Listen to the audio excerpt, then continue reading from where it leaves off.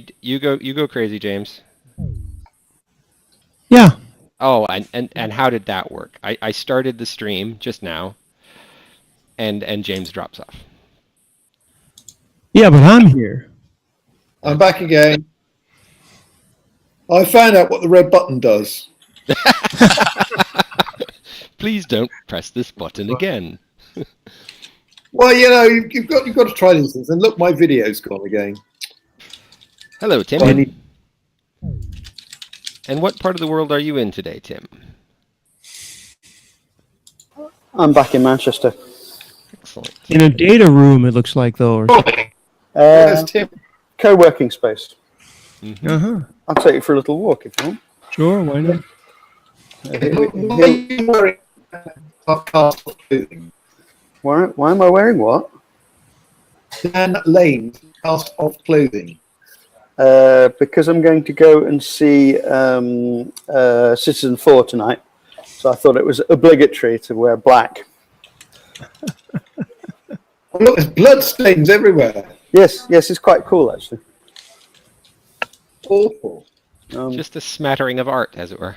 And what you've missed is what was sitting above your head. What's that? Arachnid-like. Yes, it's this very long-legged spider. I can't really get the distance on it. There you go.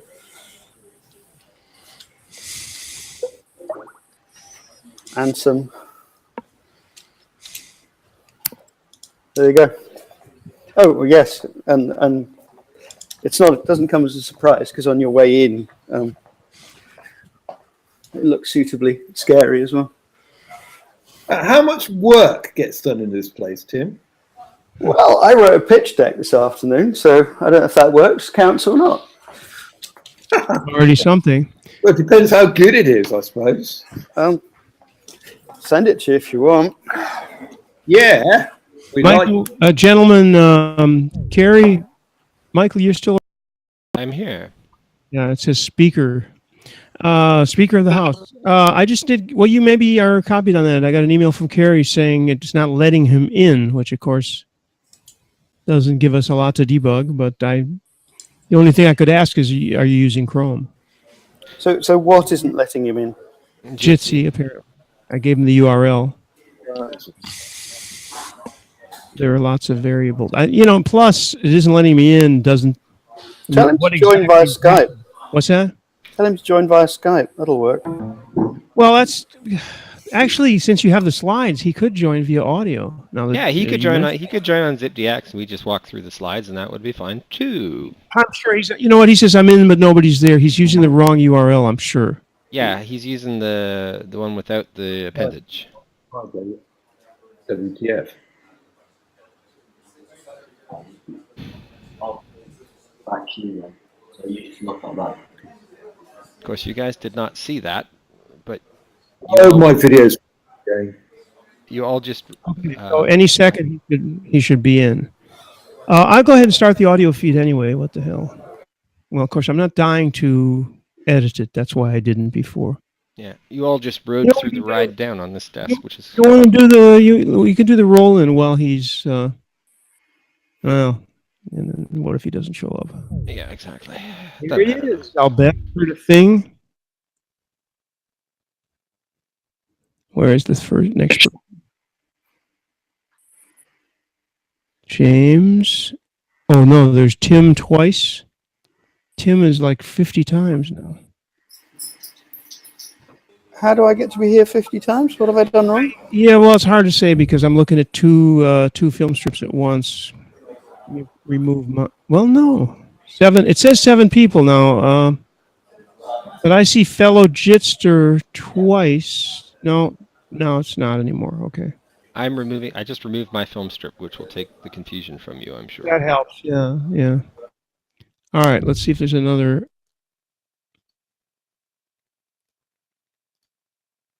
Who knows how long it takes to get emails through the corporate server, too, you know what I mean?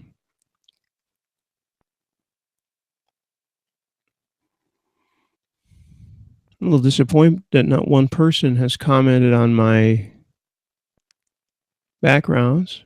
Okay. Oh, there we go. Oh, yeah, okay. This version of JVB appears to be a little bit on the boogie side. Version of what? Oh, that. Oh, There we finally. Nothing like a few technical difficulties to start the day off right. Well, there was a miscommunication, and that's my fault. I'm sorry about that. Two of them. That's all right. But what's even weirder is that the name was wrong. Okay, we're straight now. So what we're going to do is we're going to go ahead and get started. Michael, if you want to, let me turn the audio on over on the live audio. Yeah, Tim and Jay, you need to sort out your name tabby things. And to do that, you just click on your name in your window.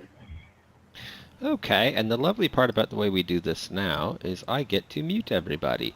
So you should hear some music and stuff, and you'll see some visual, and when we come out of it, we'll begin. And my video's gone again. This is very good.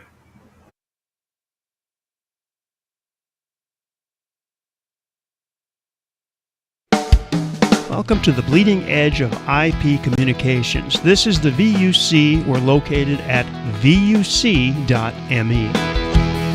As usual, our thanks go out to Simwood.com. Simwood can turn any developer into a telco. Our hosted telephony is from onsip.com. Where would we be without zipdx.com for our wideband full-featured audio conferencing system? The VUC.me website is on bluehost.com. And our local rate dial-ins are from voxbone.com. Sounds like a .com revolution to me. So here's one more, tadsummit.com. For 2014, it's going to be in Istanbul. You should go check that out. For a 30% discount on registration, use FOVUC.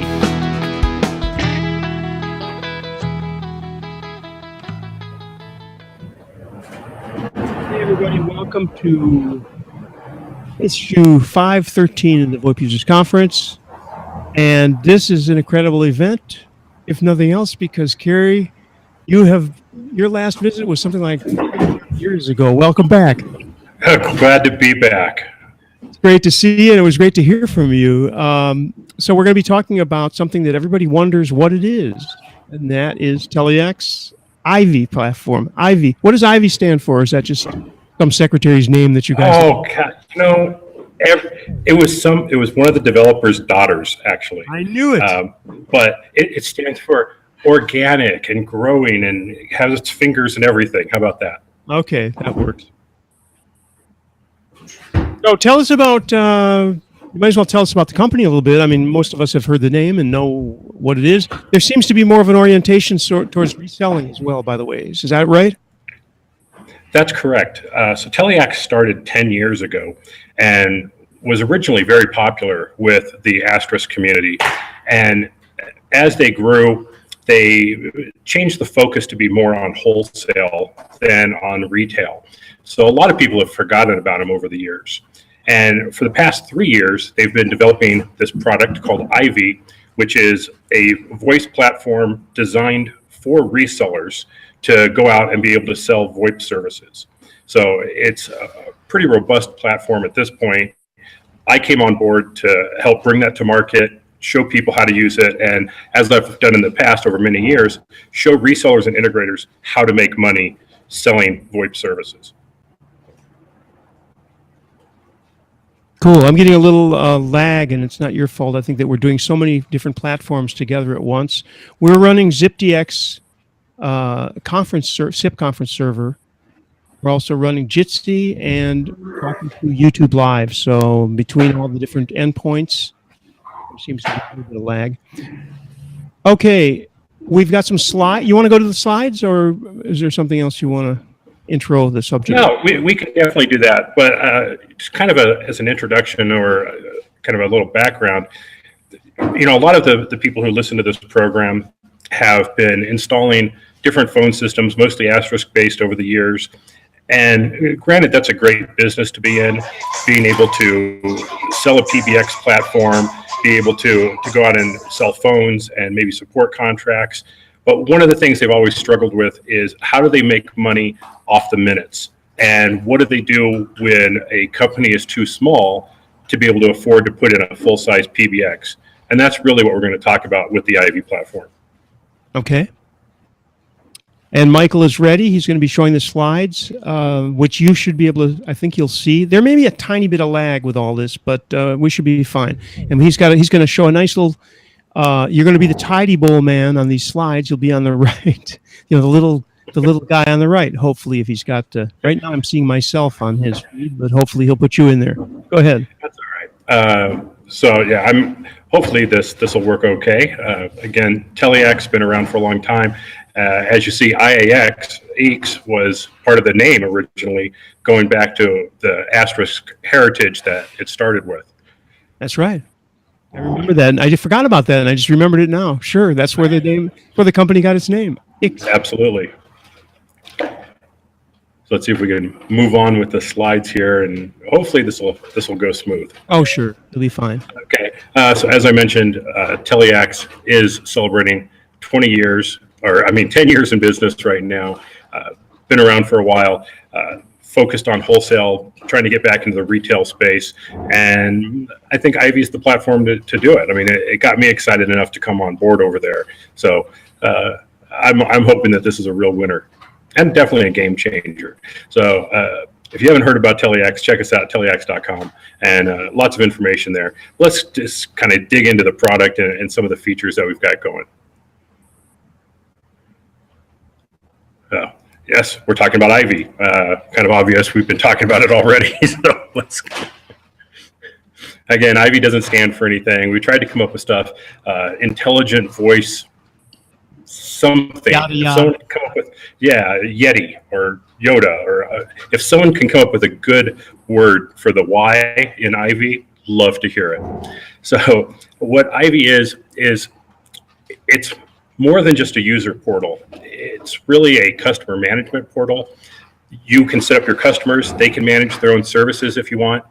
You can manage them. I mean, it's kind of how I always recommend it, is so that you maintain control. You're charging for ads, moves, and changes. It also has the complete billing in it. It's completely white label. So it also has SIP trunks as well as hosted PBX features. And that's where we really see a differentiation between what we offer and what's out there in the market from some of the other carriers that are more well-known right now. You can either get a SIP trunk or you have to go somewhere else if you want to sell hosted PBX. Ivy combines all those things into one platform.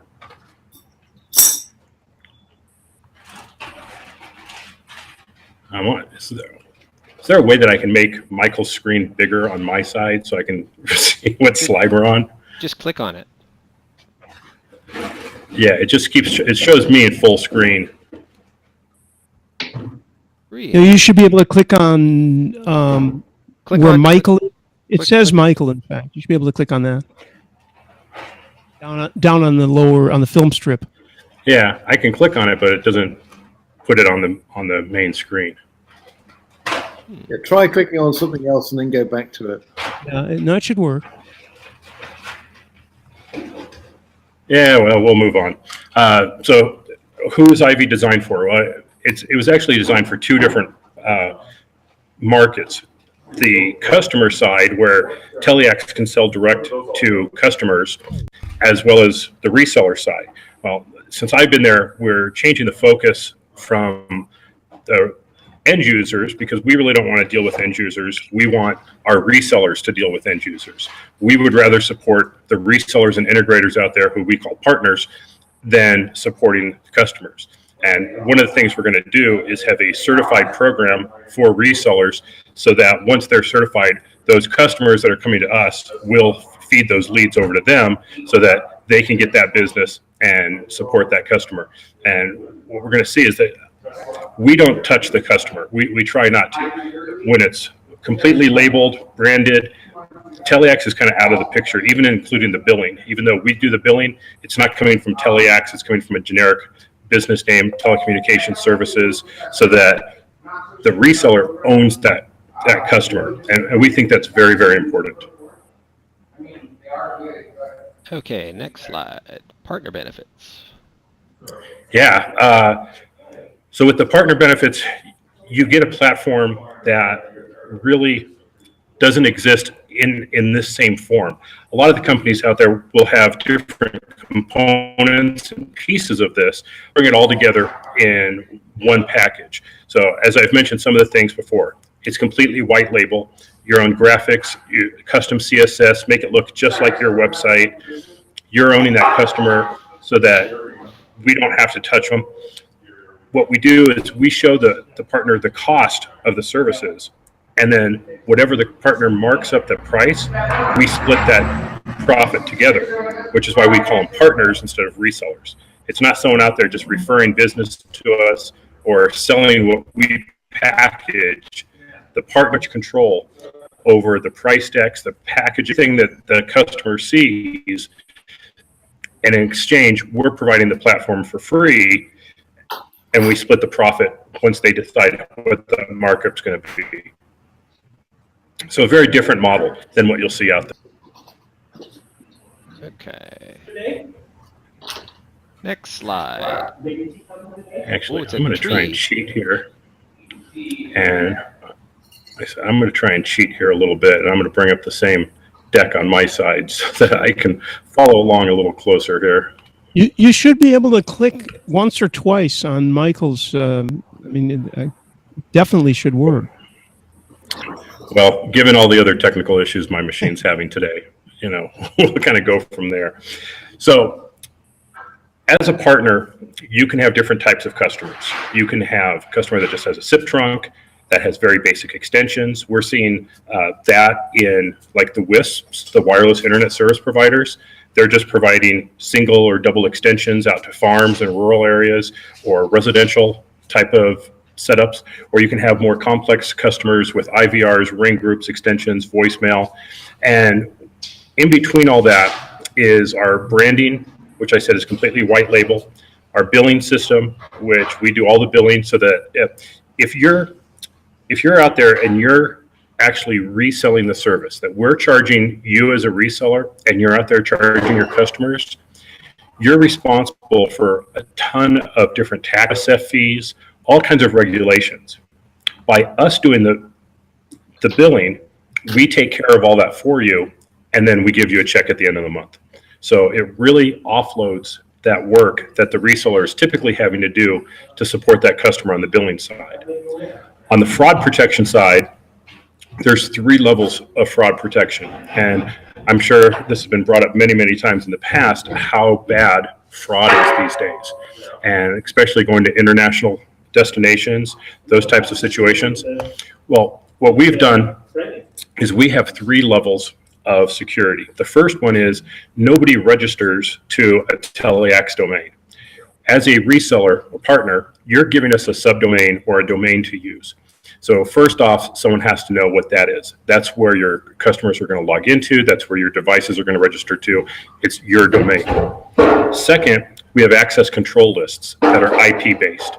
So only the IPs that you designate can register to your accounts. And third, no outbound calls are allowed until you specify which countries are actually allowed to make outbound calls to. So by default, you can't make any calls. You have to add at least maybe the United States, add Canada. If your customer is only calling Fiji, only add Fiji. Don't add the countries that they're not calling on a regular basis, again, to prevent fraud. So we think that's a really, really big step forward in mitigating fraud for our customers.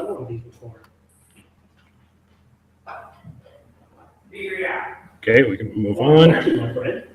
That's not my concern. There we go. So on the hosted PBX side, well, again, I said we offer SIP trunks and hosted PBX. So SIP trunks, pretty obvious to most of the people who are be listening to this, where you're going into an IP PBX platform, asterisk, free switch, whatever. On the hosted PBX side, we have phone numbers, schedules, menus, ring groups, devices, voicemail, conference rooms. So you can actually develop a pretty, robust little call tree for your customers. Now, of course, we're not going to have 100% of the features that you might find in something like free PBX, but the features that we have and that we'll continue to add over time, we're probably going to fit that 75 to 80% of the market. And that's going to cover a wide range of your customer base. Once they need to progress past that or grow out of that, and maybe they need queues or they need some advanced find me, follow me, or some of the other higher end features that you see in a dedicated PBX platform, then move them to an IP PBX and switch them off hosted and move them onto a SIP trunk. So the system allows for that. It's very simple to do, and it allows you to have everything from a single extension customer up to a large enterprise customer. And that's really the beauty of the entire system and how it can capture that entire market for you.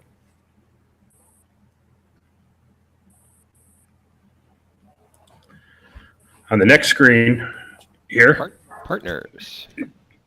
Yeah, so we have been already certified with Grandstream, Yealink, SNOM, 3CX. We're working with Free PBX, a number of, we just added a couple others over the past couple weeks. CyberData, if you're familiar with the CyberData products, those are paging and intercom devices. And we're the only hosted PBX platform that is certified with any type of paging and intercom device. That's typically because most people don't think about that. They don't think about how many overhead speakers there are. Do you need a speaker out in the warehouse? Maybe you've got a car dealership and you need a bullhorn out in the lot. So CyberData has that line of products. And in a typical scenario with an IP PBX, you're creating an extension for every one of those devices. Well, CyberData has created a paging server. So it only connects to us through a single extension.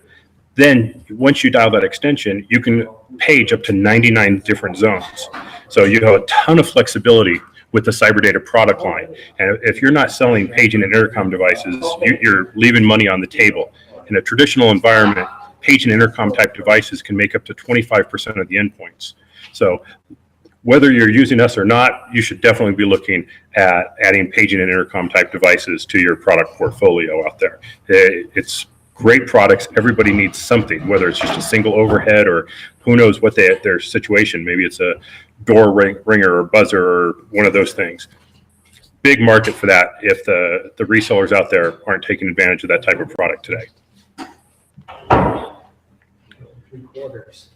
Right, let's leave the locally owned. Kerry, I'm really sorry to interrupt you speaking, but we're getting increasing background noise. It sounds like someone's installing a heating and cooling system. Yeah, unfortunately, there's some work going on here in my office, so I'm trying the best I can here. I tried moving, and I lost my internet connection back there. I didn't interrupt. Now that I have, I mean, I'll explain that I didn't say anything before because I figured there was nothing that could be done, but.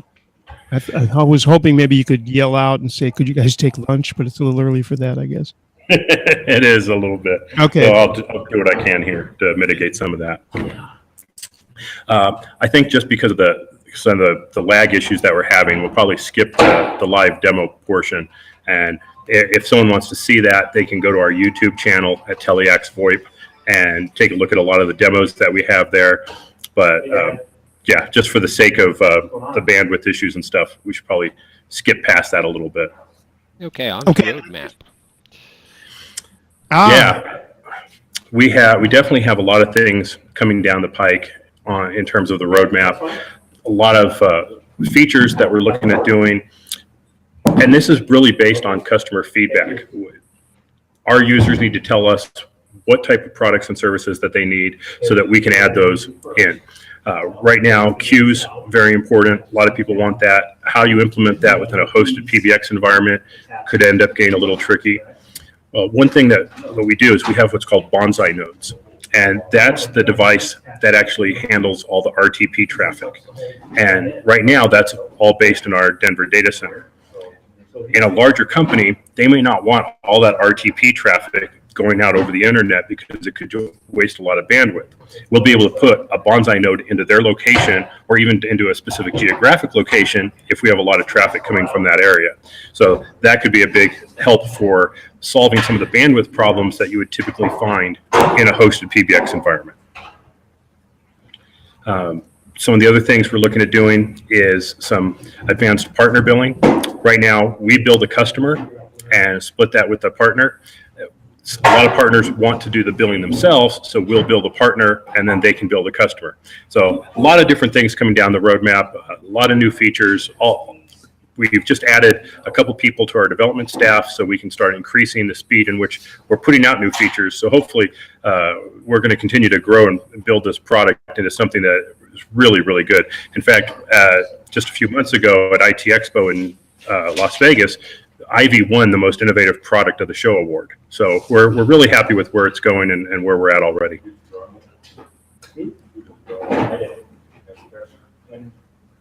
And then there's how to become a partner. Yeah, I mean, come to Teliax.com.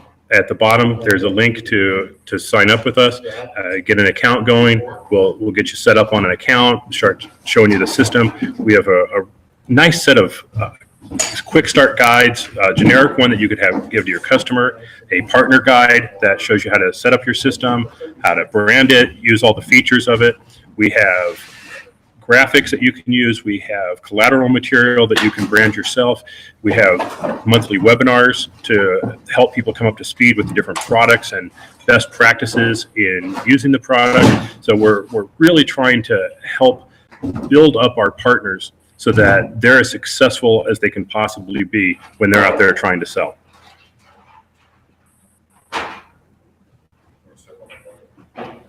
Now, questions. So definitely open to questions. We usually get quite a few because it is a different type of platform than people are used to. So definitely open to any questions that people might have. I have a question for you, Kerry. Where are you based? Because the company's in Denver, I believe, right? That's correct. And I moved to Colorado about a year and a half ago. I used to be in Southern California, as you know, and I moved out here and couldn't be happier. The weather's fantastic. There's less traffic. I really love it out here.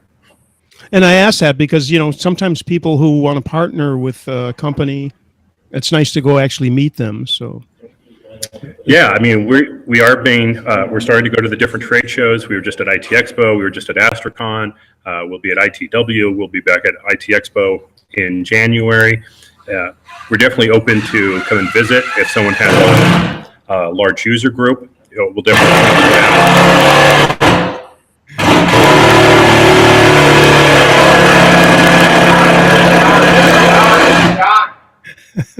down. This is really, I can't help myself. That's really funny. But anyway, IT Expo, you were just at AstraCon. A bunch of our people were there. Yeah. Everybody's laughing. I'm going to have to explain, if you're not watching the video, I don't know what kind of construction is going on over there, but poor Kerry's looking over there like, God, yeah, take a break. Anyway, any questions? It's always something. Car crash, Fred says. Any questions in IRC? I'm not seeing anything. I have a question. Okay, Andy, go. Okay, one of the things that's particularly interesting me at the moment is the development of voicemail. And you say in your future plans there that you've got plans for expanding to stored voicemail. Do you also have plans to have other things like analysis services and splitting things up on there? Or is that an area that you might look at in the future? In regards to voicemail, there's a couple different things that we're doing. Right now, it's voicemail to email, just a direct link over. We are going to be adding stored voicemail, so you can retrieve it from dialing in for an extension. We are looking at transcription. That's a weird one. Once you've used transcription, you never want to go back. It can really change your productivity to just be able to see a message as a text message, know whether you need to respond to that or not. And sometimes you just need to receive a message. You don't have to do anything. So getting that as a text message or an email, I think is fantastic. I've been using that for a long time. So transcription is definitely one of the things that we're looking at.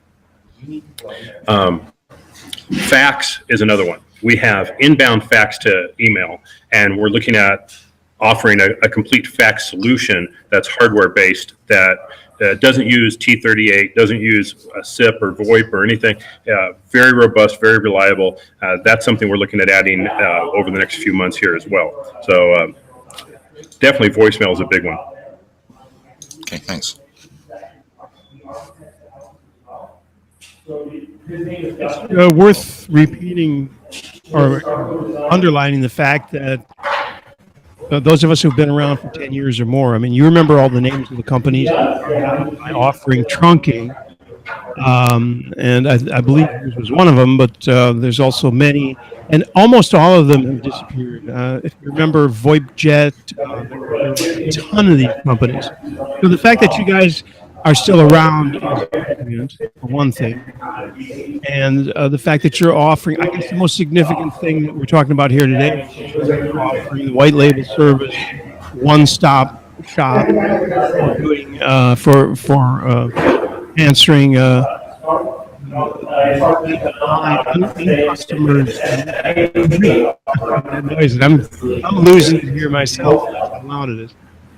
We should maybe mute. No, okay. Calm down first. Whew. What are you talking about, Kerry? It's a laptop with a microphone. Is that it? It's curious how that's picking up so much ambient. I'm actually on a headset. Yeah, just background noise, but they're being a little exceptionally loud today. Yeah, they are. But and you're Wi-Fi. I'll try and go on mute whenever I'm not talking. Okay. Well, anyway, unfortunately, there was a little bit of loss there. Any other questions from anybody? Okay, we should repeat that you go to Teliax, Teliax.com. I'm sure all the contact info is there. And you can get in touch with these folks. They've been around for a long time. 10 years, you said, right? Absolutely. And I think that by itself speaks volumes. And as you said, how many companies can we list that have come and gone over the years? And Teliax has still been around. I mean, they're not the only ones that have been around that long, but they are certainly one of the early ones to come out and be part of the community, get trunks out to people and start doing business. And a lot of people have kind of forgotten about them because they focused on wholesale versus retail. So there's definitely people who have time. And as I was around Astrocon, people were like, "Oh, Kerry, hey, how you doing?" I'm like, "Oh, great. I'm over at Teliax." They're like, "They're still in business?" I'm like, yeah, as a matter of fact. And so, yeah, it's hopefully I can do something to bring that brand back and really take this product out and really help people to be successful with their business. That's actually a good point because I myself, I knew about Teliax and that they were still in existence because I've been in touch with people from time to time over the years. But it's true that it's been fairly quiet as far as any public relations or anything else going on. So quietly, apparently, they've been taking care of business, and that's an important factor. I'm honor bound to mention that our longtime supporters on SIP.com are similarly have been around. In fact, I think the companies probably started at both in the same year or very close to. But I mean, on the other hand, you could probably count on both hands 10 companies that came and went, like VoIPjet, among others. But there's just been a truckload of companies that started and that were going until maybe 2006, 2008, and then big time shakeout because the cost of the minute is practically nothing. So, you can't live on the cost of the minute cost anymore. Right. There's so low margins that it's a very difficult business. And that's where we're hoping that we can take the resellers and integrators out there and give them more services. The more that they can sell, the more minutes they can do across the board and try and build their business up. I mean, for us, it is a slim margin business, but we're looking forward to the IVY platform and seeing really what it can do out there in the market. And if we can build the partner base up really well, then it should be very successful. Maybe get us going another 10 years. Absolutely. Well, I hope so. Yeah, I mean, it's all about value added. And if you're adding value, then it's going to work. Michael, you got anything? No, not me, thanks. I'm sort of peripheral to this space, so it doesn't directly impact me. But I'm always interested because I used to be a VoIPjet customer a long time ago. And you want to say something? I got to say this about VoIPjet. They were around forever. I had like a $32 credit with them and stopped using them, for like 5 years. And when they went out of business, they sent an email to every customer and they refunded the $32, whatever it was, some small sum of money. They refunded every penny that they had on deposit. And then that's great because I think they're the only ones who ever did. I mean, I had deposits, prepaid deposits on a lot of those companies, and most of them disappeared. But yeah, that's good. They actually did a very good job when they shut down. Of course, the only 2 times I had communication with them was when they opened and when they shut down. But the second one was sending a notice saying they were shutting down and they were refunding the money. That is kind of funny, but they were well known for very concise support communication. Tim, did you have something? Or did you just show up? Okay, he's here. Well, we're going to roll it then, unless somebody else, I'll leave it one more time for questions and so on. Well, guys, thanks for having me on. It's been a long time. We've known each other for a long time. Yeah. It's good to be back on and be a part of this again. It's been a long time coming. So let's not wait another few years. So I do have a final question. Okay. Do you still support EECS? Yeah, right. Do you actually still support EECS? That's a good question, actually. I should have asked. I'm sorry, I couldn't hear a word he was saying. Do you still support EECS? How do I answer that? So the answer is today we do, but not on the IV platform. Yeah. On our previous platform, which was called Dashboard, it still has EECS support. But with the IV platform, we are no longer going to have EECS support because it's no longer asterisk based. Since we went there, Kerry, is anybody using it? EECS? We do have a number of customers that use it, and they're not very happy about the prospect of not using it anymore because they use it for specific reasons. They only want to open a single port. They feel it's a security issue, or they just, for whatever reason, they feel it's more, bandwidth efficient. And there are advantages to EECS, don't get me wrong. I mean, that's why it was created. But in today's world, with the bandwidth that we have available in most of the country, it just really isn't necessary for most people. Those people who use it, they love it, and we're going to see how long we can support them. Okay, good answer. I haven't thought about EECS for years, but I did have a hardware phone that did EECS, and that's true that you could take that into any hotel and it worked perfectly, which is not the case of a SIP phone. All right, with that, I guess we'll say goodbye. Kerry, don't be a stranger. Keep in touch. It's been great to hook up with you again. I'm really pleased that you reached out, and we're pleased that you were able to make it in spite of all the little technical glitches we had. Well, that happens. It's the nature of the business, isn't it? Anytime you want to do something on short notice or do it quickly, some gremlin's bound to pop up and mess up your plans. But good to be here again. Take care. We'll talk to you soon. All right, with that. Bye-bye, everybody. Goodbye. I guess, Michael, leave it to you to sweep up the YouTube thing. And we could